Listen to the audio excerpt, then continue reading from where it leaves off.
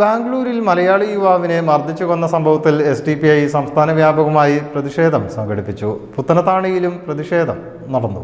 പ്രതിഷേധ റാലിയുടെ സമാപനം SDPI തിരൂർ മണ്ഡലം അധ്യക്ഷൻ നിസാർ അഹമ്മദ് ഉദ്ഘാടനം ചെയ്തു.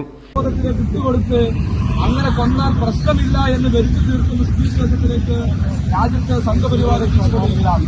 നമുക്കറിയാം, ഈ വിഷയവുമായി ബന്ധപ്പെട്ട് ഒരു രാഷ്ട്രീയ പാർട്ടിയും ഒരു മതേതര പാർട്ടിയും ശബ്ദിക്കാതിരുന്ന സമയത്താണ് social democratic party of India കർണാടകയിലെ മംഗളൂരുവിൽ സമരം നടത്തി, പ്രതിഷേധം നടത്തി, അതിൽ നടപടിയെടുക്കാത്ത ഉദ്യോഗസ്ഥരെ സസ്പെൻഡ് ചെയ്യിപ്പിച്ച് അത്തരത്തിൽ പ്രതിഷേധത്തിലേക്ക്, അത്തരം ജനശ്രദ്ധ നേടുന്ന പ്രതിഷേധത്തിലേക്ക് പാർട്ടിയിൽ കൊണ്ടുവന്നത്. നമ്മൾ മനസ്സിലാക്കേണ്ടത്, പാകിസ്ഥാൻ മുദ്രാവാക്യം വിളിച്ചു എന്ന് പറഞ്ഞുകൊണ്ട് ഒരു നിഷ്കളങ്കനായ ഒരു മുസ്ലിം ചെറുപ്പക്കാരനെ തള്ളിക്കൊന്നിട്ട് അതിനെതിരെ ഒന്ന് ശബ്ദിക്കാൻ പോലും മതേതര പാർട്ടികൾ എന്ന് പറയുന്ന പാർട്ടികൾ തയ്യാറല്ല എന്നുള്ളത് വളരെ അപകടകരമായ പൊതുബോധം രാജ്യത്ത് സൃഷ്ടിച്ചെടുത്തുകൊണ്ടിരിക്കുന്നു.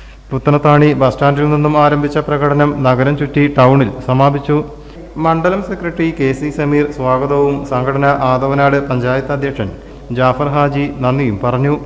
മണ്ഡലം കമ്മിറ്റി അംഗങ്ങളായ സഹീർ, നൌഷാദ്, ഷംസുദ്ദീൻ, അഷ്റഫ്, അബ്ദുസലാം എന്നിവർ നേതൃത്വം നൽകി.